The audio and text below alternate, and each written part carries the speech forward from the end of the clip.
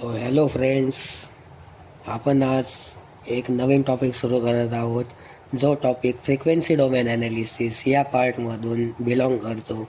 त्याचं नाव आहे निक्विस्ट प्लॉट. हा व्हिडिओ बघायच्या आधी तुम्ही पोलर प्लॉटचा व्हिडिओ आपला जो आहे तो एकदा बघून घ्या, कारण की ते जर पोलर प्लॉट तुम्हाला समजलं नाही तर तुम्हाला हा निक्विस्ट प्लॉट काही समजणार नाही आहे. त्याच्यामुळे प्री रिक्वेस्ट आहे की तो व्हिडिओ पहिले बघून घ्या, मगच या व्हिडिओवर या. तर आपण आता स्टार्ट करू. सो निक्विस्ट प्लॉट काय असतो? निक्विस्ट प्लॉटचं स्टेटमेंट काय आहे?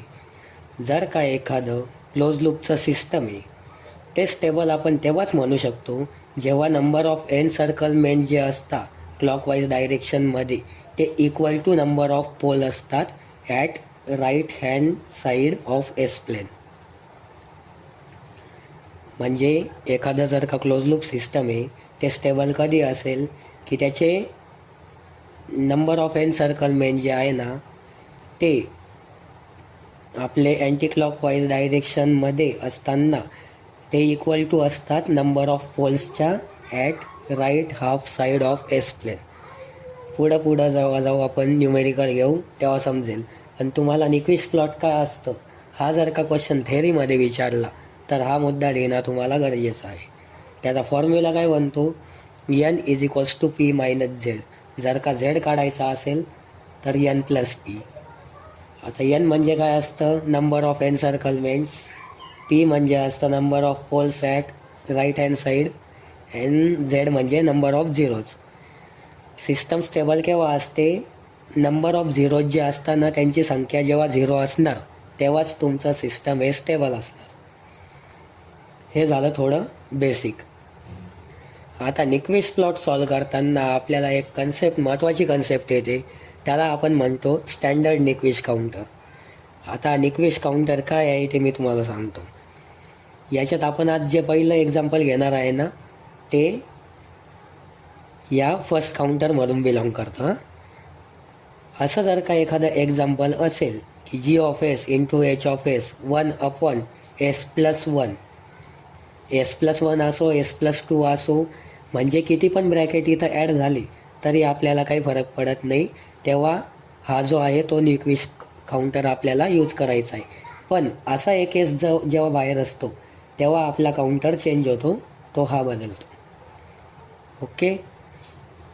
सो पहिला काउंटर काय सांगतो आपला? पाथ ए बी हा जो आहे ना हा पाथ ए बी आहे आपला. त्याची व्हॅल्यू काय आहे? जे ओमेगा. पाथ ए डी जो आहे तो मायनस जे ओमेगा आहे. म्हणजे ॲब्सोल्युटली तिथे जे ओमेगा जो आहे त्याचा तो उलटा आहे, मिरर इमेज आहे. हा वरती जो जे ओमेगाची व्हॅल्यू आहे पाथ ए बी याचाच जर का उलटा केला तर इथं मायनस जे ओमेगा आहे तो पाथ ए डी. ओके. आणि पाथ बी सी डीची व्हॅल्यू जी असते ती काय असते? Limit R tends to infinity R E जे थिटा. हे एवढे फॉर्म्युले लक्षात ठेवा. फॉर्म्युले नाही म्हणता येणार, ॲब्रिवेशन म्हणू शकतो आपण त्याला. ओके. आणि इथे दोन सर्कल पडतात, एक हा वरचा सर्कल आणि हा मधला सर्कल. तर मधला सर्कल जिथं ॲड होतो तिथं एक ॲडिशनल पाथ आपला ॲड होतो, त्याचं नाव आहे path E F A. E F A path आला का तिथं limit epsilon is equals to 0 आणि इप्सिलॉन ई जे थिटा हा एक फॉर्म्युला तिथं ॲड होणार. ठीक आहे. ते नेक्स्ट एक्झाम्पल जेव्हा घेईल मी नेक्स्ट व्हिडिओमध्ये तेव्हा तुम्हाला अजून मी क्लिअर करून देईल की सेकंड निक्विस्ट काउंटर आपण कसा यूज करतो. आता हा फर्स्ट निक्विस्ट काउंटर आहे ना, याच्यावर आपण एक न्यूमेरिकल घेऊ.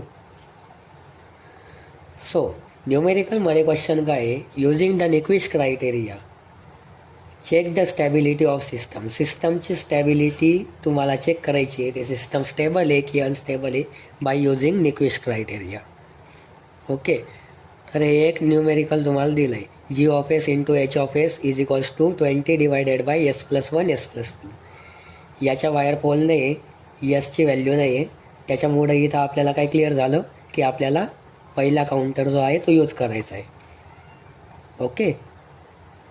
तर पोलर प्लॉटचा व्हिडिओ जर का तुम्ही बघितला असेल तर त्याच्यामध्ये फर्स्ट स्टेप आपली काय येते की जे आपलं ट्रान्सफर फंक्शन असतं गिवन ट्रान्सफर फंक्शन त्याला फ्रिक्वेन्सी डोमेन मध्ये कन्वर्ट करायचं by replacing yes by J omega. तर जिथं जिथं तिथं यस आहे तिथं तिथं आपल्याला जे ओमेगा त्याची व्हॅल्यू जी आहे ती पुट करायची आहे. तर सिम्पल आहे, G of s into H of एसला आपण G of j omega into H of j omega लिहिलं.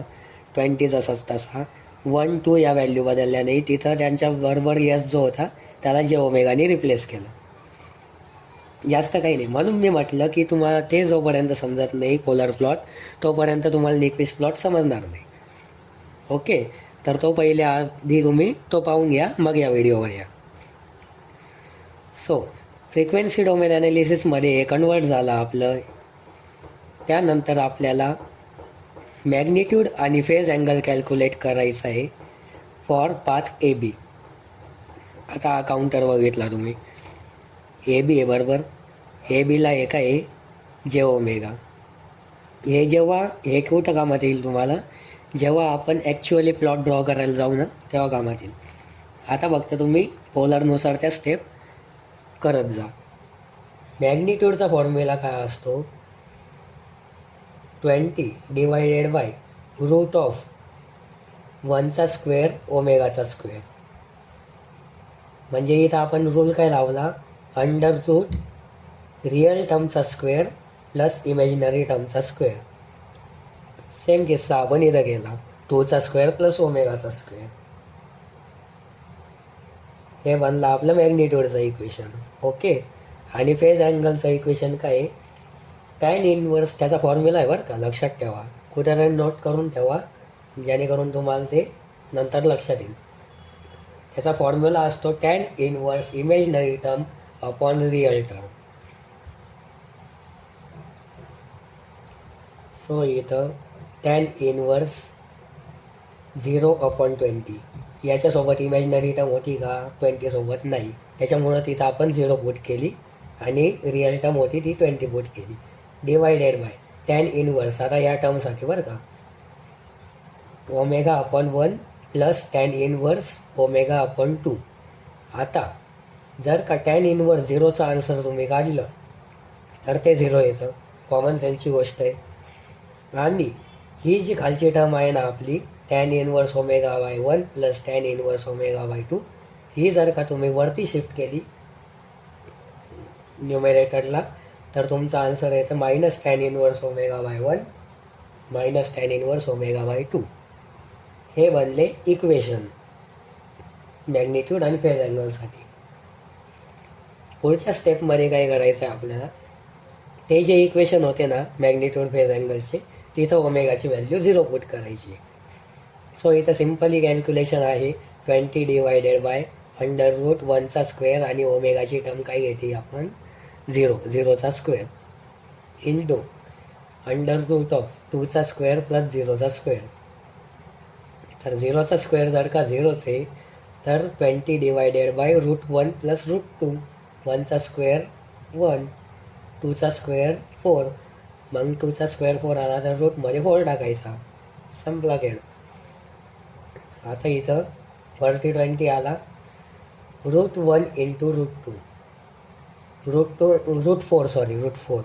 रूट 4ची व्हॅल्यू काय घ्यायची 2 आणि रूट 1ची व्हॅल्यू काय घ्यायची 1. 2 1 जा 2.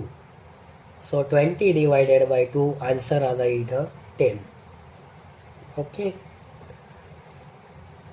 सो नेक्स्टमध्ये आपण काय केलं की फेज अँगल कॅल्क्युलेट केला आपण. ते इक्वेशन काढलं होतं minus tan inverse omega by 1 minus tan inverse omega by 2. फक्त इथं ओमेगाची व्हॅल्यू जी आहे ती 0 पुट केली. इथं लक्षात ठेवा टॅन इनवर्स 0ची व्हॅल्यू 0च येणार, कॅल्सी यायची पण गरज नाही पडली पाहिजे असा रट्टा मारायचा या व्हॅल्यूचा. कारण की इन्फिनिटी आणि 0 या व्हॅल्यूंवरच सगळा खेळ आहे. आणि इथं एवढ्या 2 व्हॅल्यू सबस्टिट्यूट करता आल्या तुम्हाला, संपला मग खेळ. अजून काय पाहिजे. टॅन इनवर्स 0ची व्हॅल्यू आहे ती 0, टॅन इनवर्स इन्फिनिटीची व्हॅल्यू आहे ती -90. त्या पटीमध्ये त्या आपल्या जे कॅल्क्युलेशन्स असतात ते ॲड होत जातात. ओके, सो पुढच्या स्टेपमध्ये काय केलं आपण, ओमेगाची व्हॅल्यू इन्फिनिटी पुट केली. इन्फिनिटी पुट केली तर तिथं 20 डिवायडेड बाय 1चा रूटमध्ये 1चा स्क्वेअर आणि इन्फिनिटीचा स्क्वेअर इंटू अंडर रूट 2चा स्क्वेअर इन्फिनिटीचा स्क्वेअर. आता इन्फिनिटीचा स्क्वेअर इन्फिनिटी बरोबर, आणि त्याच्यात 1चा स्क्वेअर ॲड कर का 2चा स्क्वेअर ॲड कर, त्याचं answer infinity. Infinity into infinity infinity. So 20 divided by infinity. कोणत्याही संख्येला जर का इन्फिनिटीने डिवाईड केलं तर आन्सर येतं तुमचं 0. ओके. सो नेक्स्ट इथं फेज अँगल कॅल्क्युलेट करायचा आहे आपल्याला.